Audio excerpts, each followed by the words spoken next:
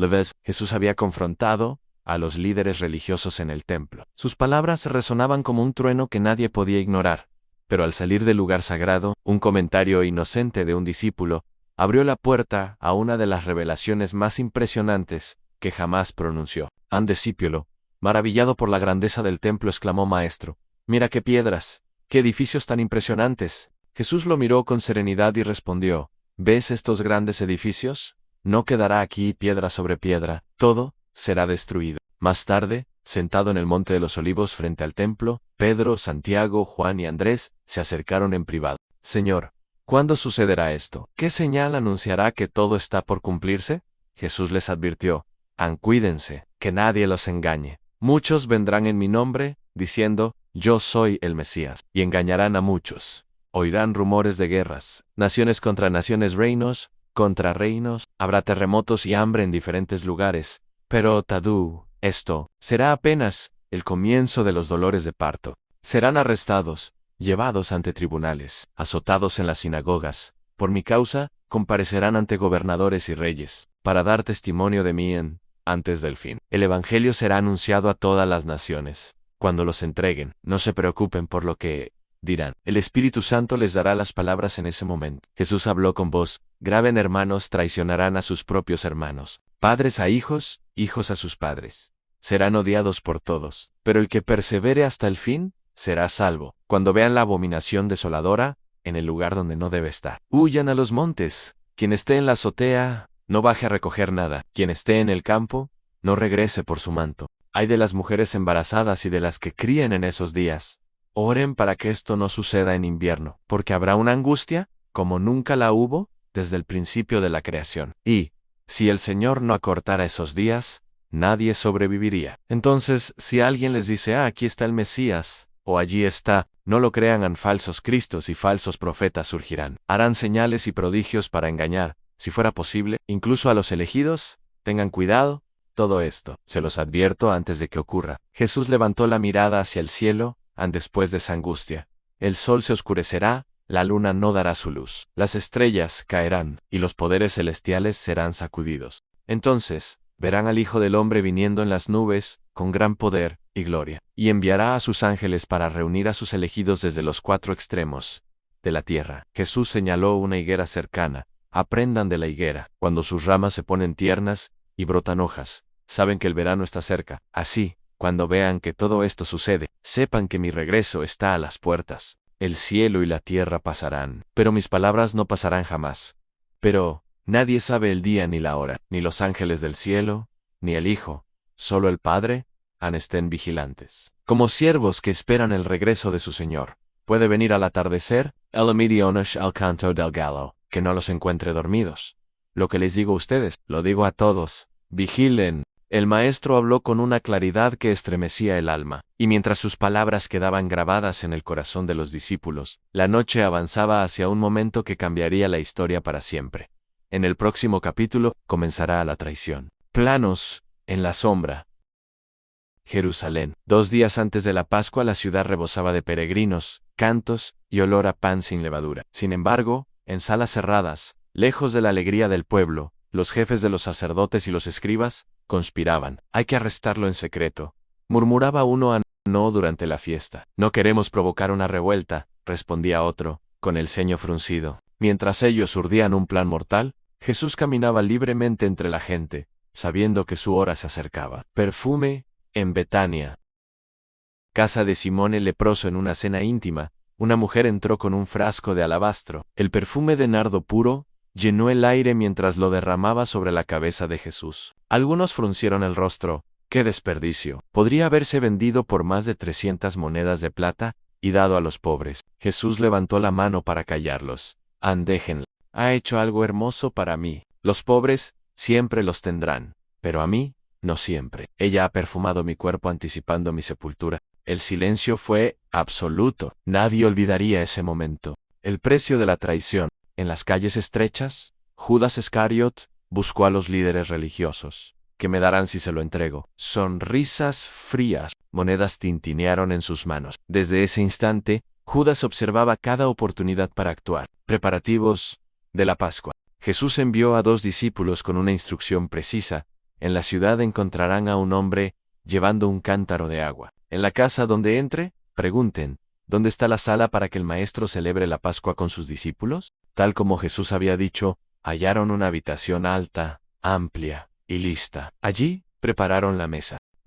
La noche, Jesús se sentó con los 12. Entre trozos de pan y sorbos de vino, su voz quebró el momento en uno de ustedes me traicionará. Rostros sorprendidos en murmullos, ¿acaso seré yo? Es uno que come del mismo plato que yo, dijo Jesús, con mirada penetrante. Tomó el pan, lo partió, y lo dio a Tomén. Esto es mi cuerpo. Tomó el cáliz y lo compartió. Esta es mi sangre de la alianza, derramada por muchos. La advertencia a Pedro. Camino al monte de los olivos, Jesús anunció, todos me abandonarán. Pero después de resucitar, iré delante de ustedes a Galilea. Pedro replicó, aunque todos huyan, yo no. Pedro, antes que cante el gallo 2 veces, me negarás 3. En el huerto, bajo la luz pálida de la luna, Jesús cayó de rodillas. Padre, aparta de mí esta copa, pero no se haga mi voluntad, sino la tuya. 3 veces oró, y 3 veces encontró a sus discípulos dormidos. Basta, ha llegado la hora. El traidor está aquí. Antorchas y espadas se acercaban. Judas besó a Jesús en la mejilla. Soldados lo sujetaron. Un discípulo desenvainó la espada y cortó la oreja de un siervo del sumo sacerdote. Jesús, sereno, cada día estuve con ustedes en el templo, y no me prendieron. Pero que se cumpla la escritura. Todos huyeron. El juicio ante el Sanedrín, testigos falsos, acusaciones inconsistentes. El sumo sacerdote lo miró fijamente. ¿Eres el Mesías, el Hijo del Bendito? Yo soy, respondió Jesús. Gritos de blasfemia, condena de muerte, escupitajos y golpes. La caída de Pedro. En el patio, junto al fuego, una criada señaló a Pedro.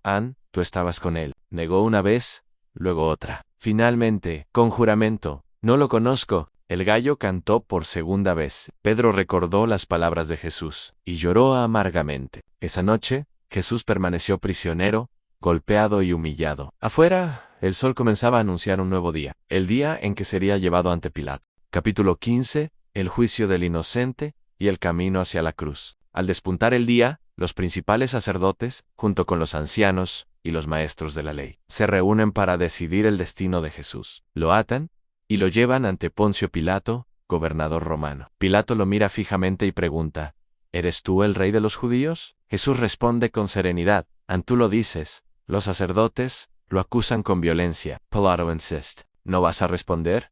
Mira cuántas cosas dicen contra ti. Pero Jesús guarda silencio. El gobernador se asombra. En la Pascua, era costumbre liberar a un preso. Ese año, un hombre llamado Barrabás esperaba su sentencia. La multitud pide su liberación. Pilato intenta ofrecerles a Jesús, pero los líderes incitan al pueblo. ¿Qué quieren que haga con el que llaman rey de los judíos? Pregunta Pilato. La respuesta retumba en la plaza. Crucifícalo. Pilato insiste. Qué mal ha hecho, pero los gritos son aún más fuertes, cediendo a la presión. Pilato libera a Barrabás y entrega a Jesús para ser azotado y crucificado. Luz fría, patio interior. Los soldados lo visten con un manto púrpura y coronan su cabeza con espinas. Se burlan, golpean y escupen sobre él. Luego lo llevan fuera de la ciudad, hacia el lugar llamado Gólgota. En el camino, obligan a un hombre, Simón de Cirene, a cargar la cruz de Jesús. Rechaza un vino mezclado con mirra. Y, al llegar, lo crucifican. Reparten su ropa, echando suertes. En la inscripción, se lee el rey de los judíos. 2 ladrones son crucificados, uno a cada lado. Las burlas vienen de todos lados. Pasantes, líderes religiosos, incluso los criminales a su lado. Desde el mediodía, la tierra queda en tinieblas, hasta las 3 de la tarde. Entonces, Jesús clama con fuerza, Eloi, Eloi, lama sabactani. Dios, ¿por qué me has abandonado? Algunos piensan que llama a Elías. Uno le ofrece vino agrio en una esponja, y esperan. Jesús lanza un grito fuerte y entrega su espíritu. La cortina del templo se rasga, de arriba abajo. Un centurión romano conmovido declara, verdaderamente, este hombre era el Hijo de Dios. De lejos, varias mujeres miran, entre ellas María Magdalena, y María, madre de José.